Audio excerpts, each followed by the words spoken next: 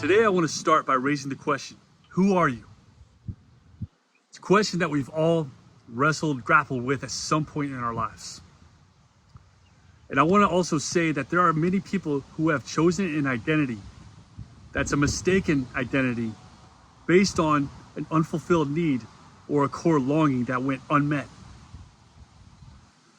In John chapter 4, we meet a woman who's at the well to draw water in the middle of the day. And we can assume that there's a lot of shame based on what she's done that causes her to do this at the middle of the day to avoid the shame that she would inevitably receive from the other woman, the quote-unquote normal people.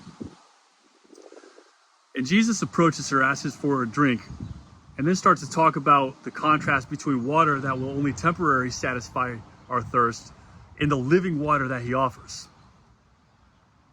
And eventually he reveals that he knows that she's had 5 husbands, and now she's living with a man who is not her husband. In other words, he's saying that I know that you're going about temporary ways to satisfy a core longing, a core need that you have. And I want to let you know that I can meet that need permanently in a way that truly satisfies. And the takeaway that we have from the story is that whatever our identity that we've grabbed a hold of, whatever ways that we've gone about meeting those core needs, those longings that we have from the depths of our soul, Jesus offers a permanent way to satisfy those needs.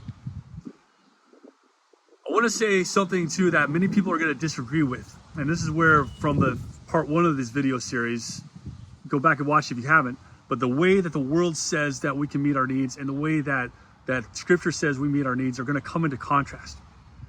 Because I believe that there's a lot of people who have chosen an identity that's based on a mistaken identity, that's based on a way that they've gone about trying to satisfy a core longing, a core need that we have as human beings, a need that we were created with that just got neglected, that got unmet, or in some ways that there were woundings that we had from when we were younger.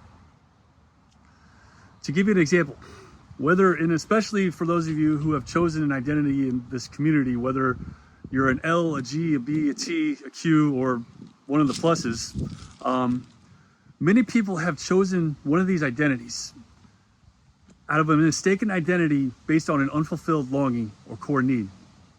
There are some people out there who have longed for the embrace of a mother, for the love of a father, and you didn't get that when you were younger.